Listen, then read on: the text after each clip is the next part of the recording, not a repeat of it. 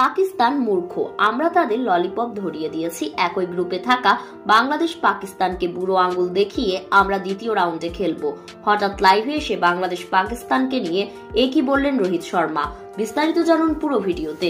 দীর্ঘ নাটকীয়তার পর ICC champions ট্রফির বিষয়ে এক মেরুতে এসেছে ভারত পাকিস্তান।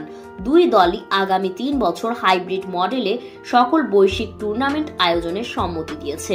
ভারত সেটি মেনে নেওয়ায় পাকিস্তানও আসন্ন 2025 চ্যাম্পিয়ন্স ট্রফি আয়োজন করছে এই মডেলে, যেখানে ভারতের ম্যাচগুলো হবে দুবাইয়ে।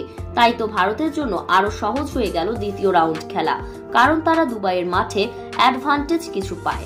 তাই তো হঠাৎ লাইভে এসে রোহিত শর্মা বলেন, আমরা দুবাইয়ের মাঠে খেলার অনেক অভিজ্ঞতা আছে, আর আমরা চাইবো আমাদের অভিজ্ঞতা কাজে লাগিয়ে বাংলাদেশ পাকিস্তানকে হারিয়ে দ্বিতীয় রাউন্ডে খেলার। তবে অনূর্ধ্ব-19 এশিয়া কাপে বাংলাদেশের সঙ্গে যেই দুর্নীতি করেছিল ভারত, সেটা যদি করতে না পারে ভারত, তাহলে বাংলাদেশ পাকিস্তানও মরণ কামড়